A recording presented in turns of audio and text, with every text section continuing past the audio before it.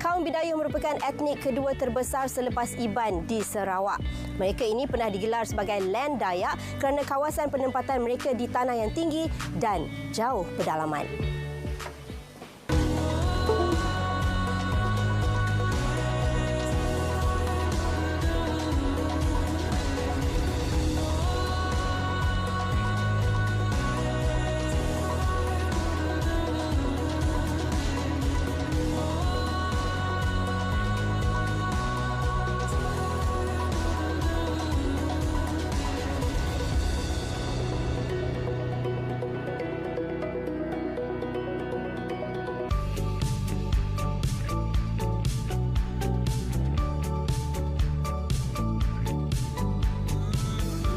Assalamualaikum dan salam sejahtera. Hari ini Intan berada di Kuching, Sarawak.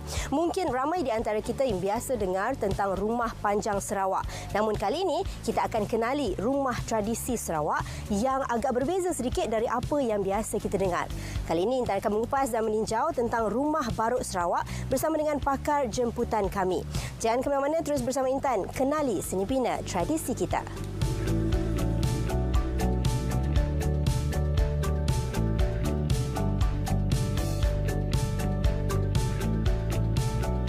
Rumah Baruk ni adalah salah satu bangunan yang kita masih kekalkan, utama dia sebagai tempat untuk penyimpanan trofi pahlawan-pahlawan kita dulu, iaitu kepala ataupun tengkorak musuh dari zaman dahulu. Ya.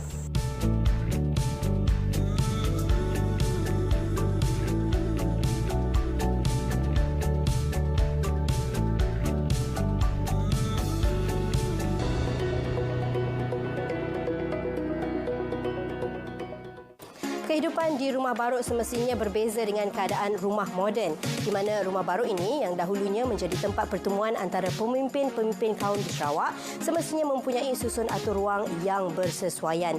Jadi dalam segmen ini kita akan mendalami simbiosis cara hidup masyarakat dan rasional susun atur ruang rumah tradisi Sarawak.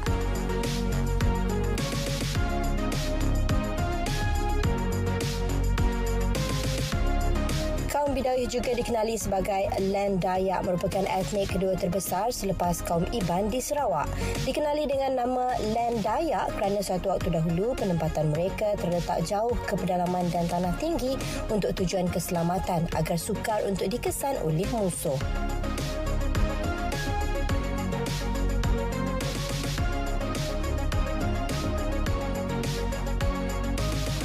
Seperti kaum Iban yang terkenal dengan seni bina rumah panjangnya, masyarakat Bidayuh juga turut mempunyai rumah panjang tradisi yang agak berbeza sedikit daripada masyarakat Iban.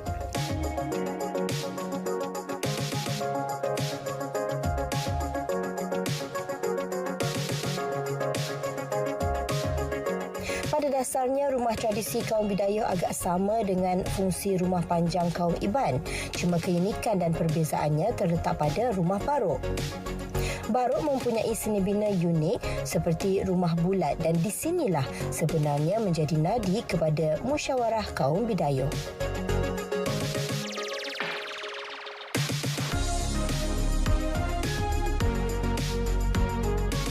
Rumah Baruk ni sebenarnya adalah rumah adat, rumah adat suku kaum Bidayuh. Ia sebenarnya adalah rumah khas untuk pahlawan Bidayuh. Di sinilah jemaah-jemaah ataupun pahlawan Bidayuh ni berkumpul. Di dalamnya terdapat pelbagai peninggalan seperti gong, senjata dan juga tengkorak musuh.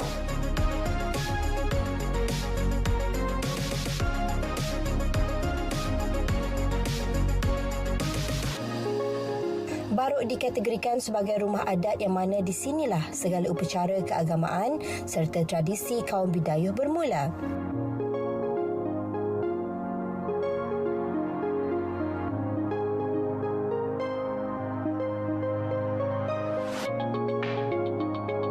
Di Baruk juga akan diletakkan tengkorak-tengkorak kepala musuh yang dipenggal suatu waktu dahulu dipamerkan.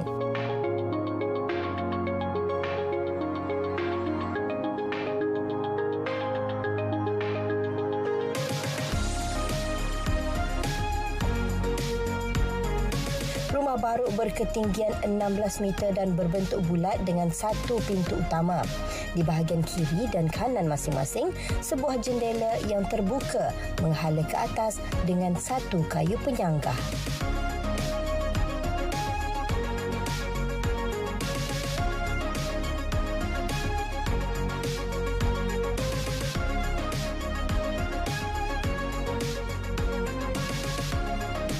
Reka bentuk dia juga adalah berbeza daripada rumah panjangnya. Dia berbentuk bulat dan dia menggunakan kayu yang terkuat lah sebenarnya. Menggunakan kayu belian. Kayu belian ni amat berat dan amat tinggi kekuatannya sebenarnya. Kan? Dan rumah baroknya dibina tinggi sebenarnya. Dibina mungkin aras 15 meter, 16 meter daripada tanah. Tiang dia ada tiang belian dan ada dindingnya, dinding buluh.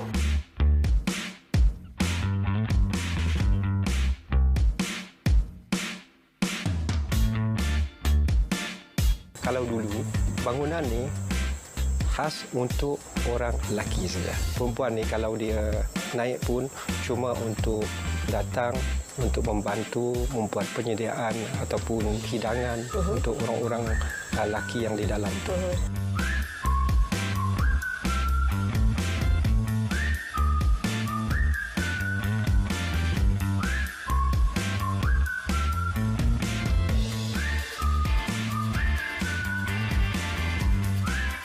Kalau kita tengok benda yang bulat ni dia macam dia ada satu uniformity, dia ada satu unity. Unity. Mungkin itu adalah juga semangat perjuangan, semangat unity di antara pahlawan-pahlawan Bidayuh itulah kan. Dan memang dia berbeza daripada rumah panjang mereka kan. Dan dia menjadi satu simbolik. Simbolik kepada suku kaum Bidayuh itu.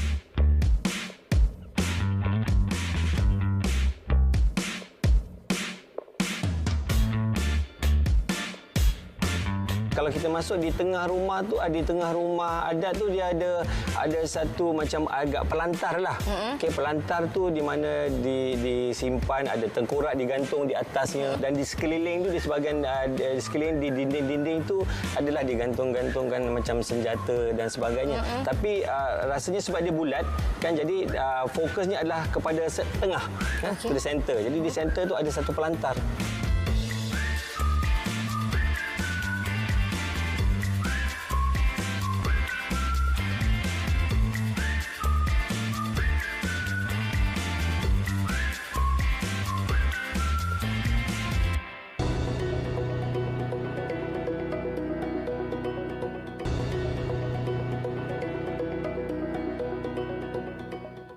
Menggunakan sumber sekeliling seperti rumbia, buluh dan kayu menjadikan rumah baruk ini tenang dan nyaman. Kali ini kita akan menyaksikan kehebatan seni bina rumah baruk.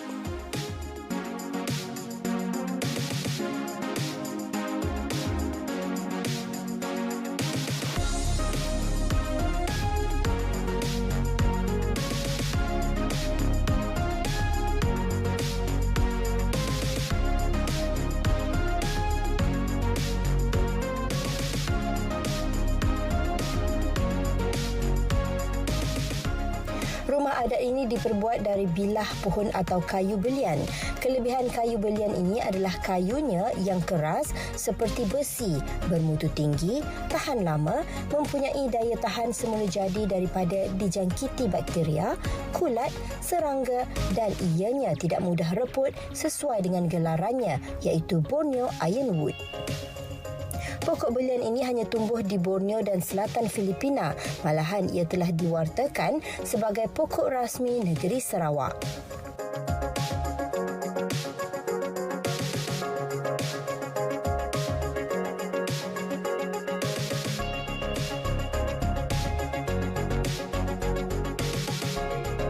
Kalaulah ada elemen yang kita ambil untuk rekaan rumah moden, bagi pendapat peribadi doktor, di bahagian yang mana? Kalau kita tengok rumah barok ni, penekanan dia pun kepada struktur dia dipentingkan, diberikan penekanan dari segi pemilihan bahan tu sendiri, kayu belian tu kan. Jadi kalau kita nak aplikasikan kepada rumah moden, kita tak bolehlah nak guna kayu belian sebab kayu tu mahal.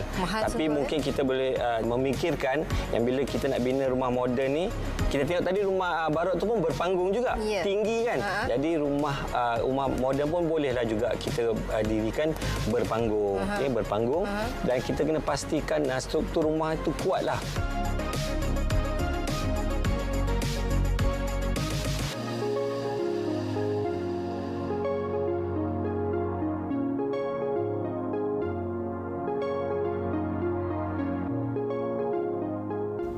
Rumah baru ini didirikan dengan 21 tiang kayu belian. Kebiasaannya atap rumah panjang kaum Bidayuh diperbuat daripada atap rumbia atau sagu, manakala dindingnya pula diperbuat daripada buluh. Pelantar atau lantai rumah panjangnya pula diperbuat daripada papan atau buluh.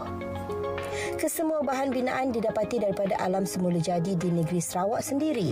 Ini semestinya memudahkan usaha membaik pulih, khususnya bahagian atap yang akan ditukar saban tahun. Ini bukan sahaja mewujudkan keharmonian hubungan manusia dan alam, malahan memberikan keseimbangan di dalam pembangunan dan pemeliharaan alam sekitar.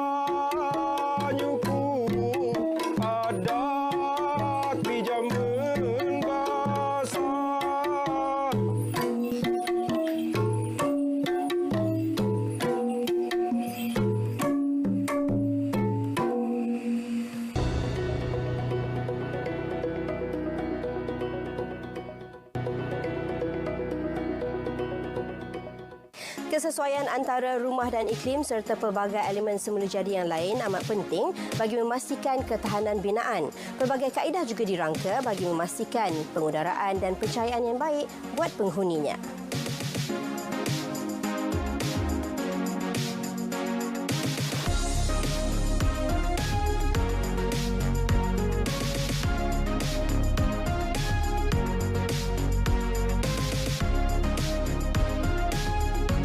Kalau dari segi pencahayaan dan juga pengudaraan rumah barok ni macam mana? Sebab dia rumah adat. Fungsi dia adalah berbeza. Dia ada dia punya, orang kata dia punya ritual. Kan? Ada ritual dalam tu. Dalam tu kalau tidak silap saya ada aktiviti-aktiviti ritual, pembakaran dan sebagainya kan. Jadi ada bukaan tingkap, ada bukaan tingkap, tapi di masa yang sama dia ada orang kata a sense of privacy juga. Sebab ini pahlawan duduk dalam tu kan. Jadi kita tak naklah kita nampak betul. Ya, pahlawan di dalam tu dengan orang kata dengan senangnya.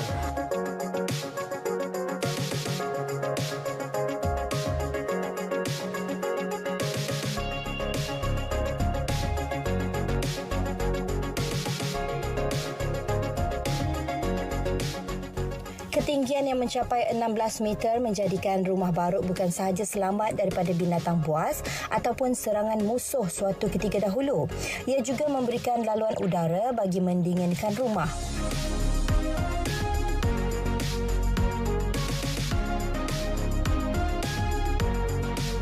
Binaan bertiang tinggi ini juga sesuai dengan faktor iklim setempat, iaitu lantainya tinggi daripada permukaan tanah yang dapat mengatasi kelembapan tanah, selain dapat mencegah ruang di dalam rumah ditenggelami air sekiranya berlaku banjir.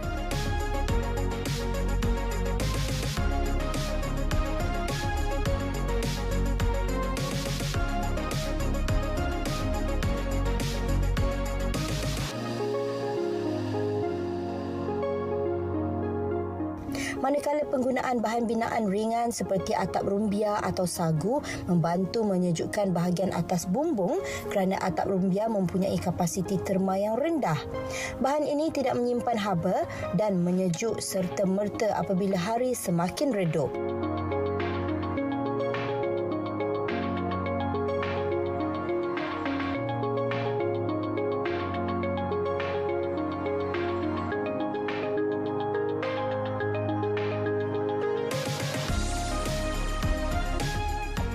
Jumlah bukaan atau jendela yang banyak mampu meningkatkan peredaran udara untuk merentas rumah tersebut. Situasi ini mampu mengaktifkan proses peredaran udara sejuk bagi menyalur keluar udara panas di dalam rumah.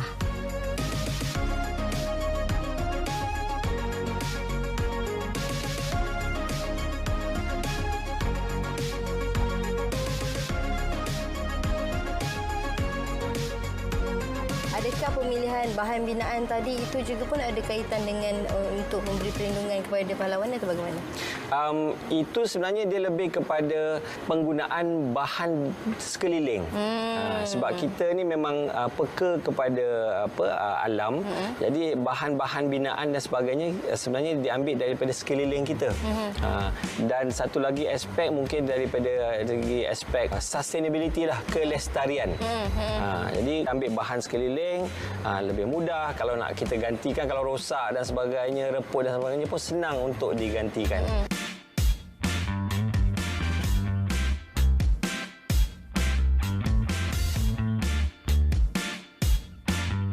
Kepentingan rumah barok kepada masyarakat Bidayuh bukan sekadar pada fungsi spiritualnya sahaja, malahan ia turut dianggap penting sebagai satu struktur yang menjadi identiti masyarakat Bidayuh.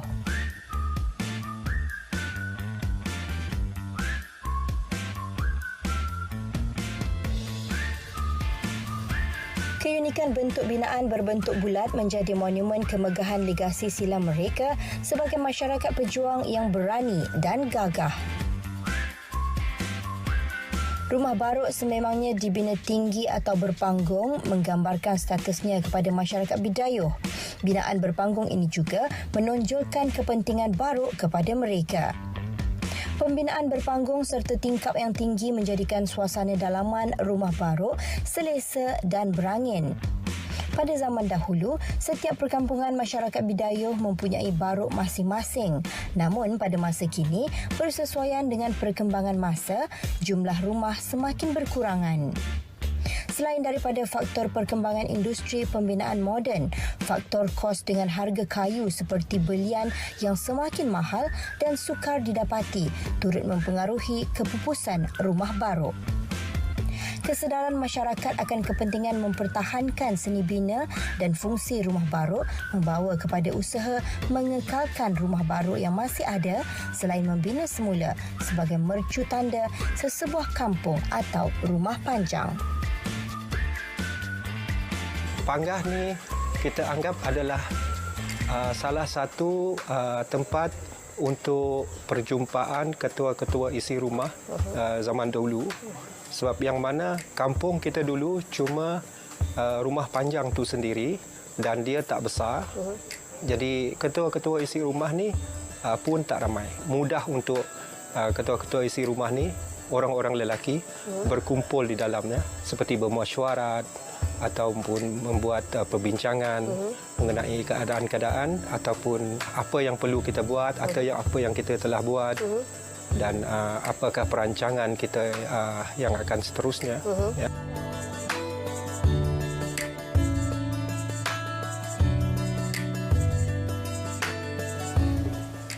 Bersambung anjung dengan serambi riuh serumah orang berbesan. Adat dijunjung ikut tradisi, menjejak hikmah dalam warisan. Sekian sahaja episod kali ini tentang Rumah Baruk Sarawak. Sehingga berjumpa lagi dalam Teratak Tradisi.